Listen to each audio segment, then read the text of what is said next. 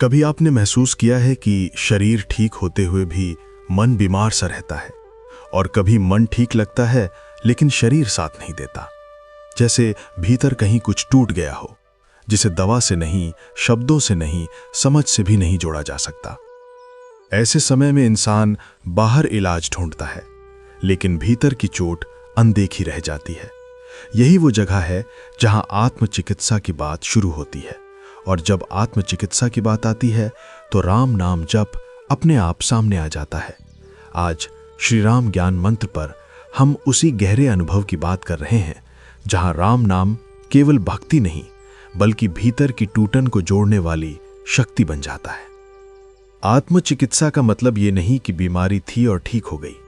आत्मचिकित्सा का मतलब है मन का बोझ हल्का होना, भीतर जमी गांठों का खुलना और उस दर्द का शांत होना जिसे हम सालों से ढोते आ रहे थे। ये दर्द किसी एक घटना का नहीं होता, बल्कि छोटे छोटे घावों का जोड़ होता है। कभी अपमान, कभी असफलता, कभी भरोसे का टूटना और कभी अपने ही आप से नाराजगी। राम नाम जप इन सब पर मरहम की तरह काम करता है, लेकिन धीरे धीरे। जैसे गहरी चोट पर पट्टी रखी जाए तो दर्द तुरंत नहीं जाता, पर भरने की प्रक्रिया शुरू हो जाती है। जब कोई व्यक्ति पहली बार राम नाम जप शुरू करता है तो अक्सर उसे लगता है कि कुछ खास नहीं हो रहा। नाम चल रहा है, लेकिन मन वही पुरानी बातें दोहरा रहा है। यही वो क्षण है जहां अधिकतर लोग हार मान लेते हैं, लेकिन असल में यहीं से आत्मचिकित्सा शुरू होती है। मन जब अपने पुराने दर्द को दोहराता है तो वो बाहर आना चाहता है। राम नाम जप उस दर्द को दबाता नहीं, बल्कि उससे सुरक्षित तरीके से बाहर आने देता है। ये वही प्रक्रिया है जिसे आज की भाषा में हीलिंग कहा जाता है। ग्रंथों में भी इस बात का संकेत मिलता है कि नाम स्मरण से अंतःकरण शुद्ध होता है। रामचरितमानस में तुलसीदास जी ने कहा है कि नाम जप से मन का मल दूर होता है। ये मल कोई बाहर की गंदगी नहीं, बल्कि भीतर जमी पीड़ा है। राम नाम जप उस पीड़ा को पहचान देता है। इंसान पहली बार ये स्वीकार कर पाता है कि हाँ, मुझे चोट लगी थी, और यही स्वीकार आत्मचिकित्सा की पहली सीढ़ी है। धीरे धीरे राम नाम जप मन को वर्तमान में लाता है। आत्मचिकित्सा तभी संभव है जब इंसान अतीत और भविष्य के बीच फंसा न रहे। अधिकतर मानसिक पीड़ा या तो बीते हुए कल से आती है या आने वाले कल के डर से। राम नाम जप करते समय मन उस एक पल में टिकता है। उस पल में न पछतावा होता है, न डर। यही ठहराव मन को सांस लेने की जगह देता है। जैसे थके हुए शरीर को आराम चाहिए, वैसे ही थके हुए मन को ये ठहराव चाहिए। कुछ दिनों के अभ्यास के बाद इंसान ये महसूस करने लगता है कि उसके भीतर की बातचीत बदल रही है। पहले जो आवाज उसे दोषी ठहराती थी, अब वही आवाज समझाने लगती है। आत्मचिकित्सा का ये बहुत बड़ा संकेत है। जब इंसान खुद से दुश्मन की तरह नहीं, मित्र की तरह बात करने लगे, तो समझ लीजिए कि हीलिंग शुरू हो चुकी है। राम नाम जप इसी करुणा को जन्म देता है। ये सिखाता है कि खुद को हर समय कटघरे में खड़ा करना जरूरी नहीं। कबीर साहब की साखियों में भी ये भाव बार बार आता है कि जब मन ही साफ हो जाए तो बाहर की पीड़ा अपने आप कम हो जाती है। राम नाम जप मन को साफ करता है, लेकिन किसी तेज झाड़ू की तरह नहीं, बल्कि धीरे बहते पानी की तरह। ये पानी शोर नहीं करता, पर रास्ते की सारी गंदगी बहा ले जाता है। आत्मचिकित्सा भी ऐसे ही होती है, शांत, गहरी और स्थायी। राम नाम जप से शरीर पर भी असर पड़ता है, क्योंकि मन और शरीर अलग नहीं है। जब मन में तनाव कम होता है तो शरीर भी उसका अनुसरण करता है। नींद बेहतर होने लगती है, सांसें गहरी हो जाती हैं और दिल की धड़कन में स्थिरता आती है।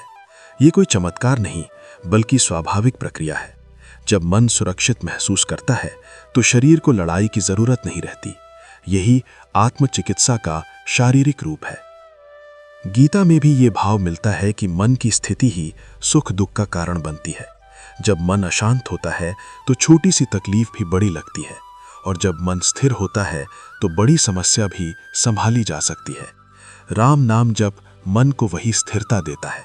ये स्थिरता इंसान को टूटने नहीं देती, चाहे परिस्थितियां कितनी भी कठिन क्यों ना हो। कई लोग ये अनुभव करते हैं कि राम नाम जप के दौरान पुराने दुखों की यादें अचानक उभर आती हैं। ये डरावना लग सकता है, लेकिन ये आत्मचिकित्सा का ही हिस्सा है। जैसे पुराने घाव से मवाद निकलने के बाद ही वो भरता है, वैसे ही यादों का बाहर आना हीलिंग का संकेत है। राम नाम जप उन यादों को देखने की हिम्मत देता है, बिना उनमें डूबे।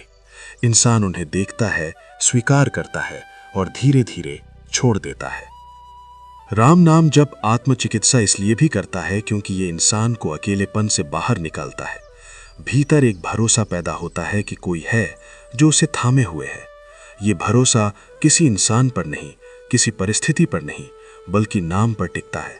यही कारण है कि कठिन समय में भी राम नाम जप करने वाला व्यक्ति पूरी तरह टूटता नहीं, भीतर कहीं एक सहारा बना रहता है।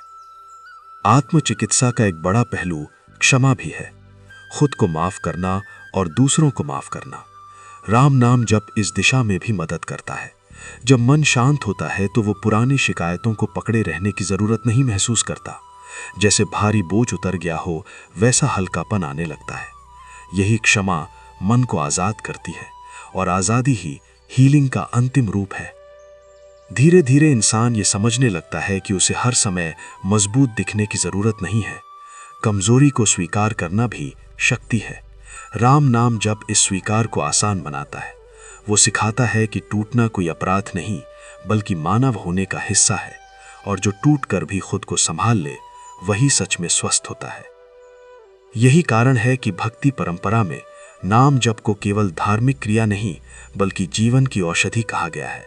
ये औषधि धीरे असर करती है, लेकिन जड़ से असर करती है। श्री राम ज्ञान मंत्र पर हम इसी अनुभव को साझा करते हैं, ताकि लोग ये समझ सकें कि आत्मचिकित्सा बाहर नहीं, भीतर से शुरू होती है।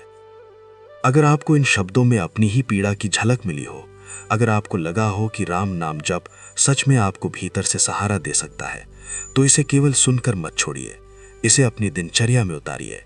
और ऐसे ही गहरे, सरल और जीवन को छूने वाले विचारों के लिए श्री राम ज्ञान मंत्र को अभी सब्सक्राइब कीजिए, वीडियो को लाइक कीजिए, इसे अपने परिवार और दोस्तों के साथ शेयर कीजिए। कमेंट में बताइए कि राम नाम जप से आपका अनुभव कैसा रहा, और बेल आइकन को ऑन करना ना भूलें, ताकि ऐसे विचार आप तक सबसे पहले पहुंचते रहें। धन्यवाद।